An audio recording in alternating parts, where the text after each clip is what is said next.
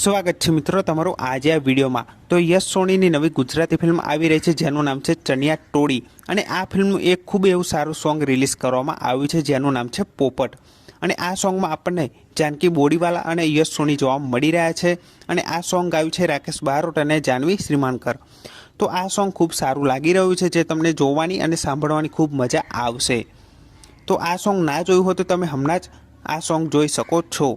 અને હવે વાત કરું કે વિક્રમભાઈ ઠાકોર વિશે તો તેમની એક ફિલ્મ છે જેનું નામ છે રાધા ચુડીલો પહેરજે મારા નામનો। તો એ ફિલ્મમાં પણ એક આવું જ આપણને સોંગ જોવા મળે છે જેનું નામ છે પિંજરે મેં પોપટ બોલે। તો આ બે સોંગ થોડા ઘણા સેમ લાગી રહ્યા છે પણ આ બે સોંગના શબ્દો થોડા ઘણા અલગ અહીંયા જોવા મળી રહ્યા છે। બાકી સંગીત મને થોડું ઘણું સેમ લાગ્યું અને પિંજરે મેં પોપટ બોલે એ પણ થોડું ઘણું સેમ લાગ્યું। અને આ વિડીયો બનાવવાનો હેતુ એટલું જ છે કે આ બે સોંગ ખૂબ સારા છે અને જો વિક્રમભાઈ ઠાકોરનું તમે આ સોંગ ના જાણતો હોય તો એના વિશે ખાલી જાણવા આ વિડીયો બનાવ્યો છે। બાકી બે સોંગ ખૂબ સારા છે જે તમને સાંભળવાની અને જોવાની ખૂબ મજા આવશે।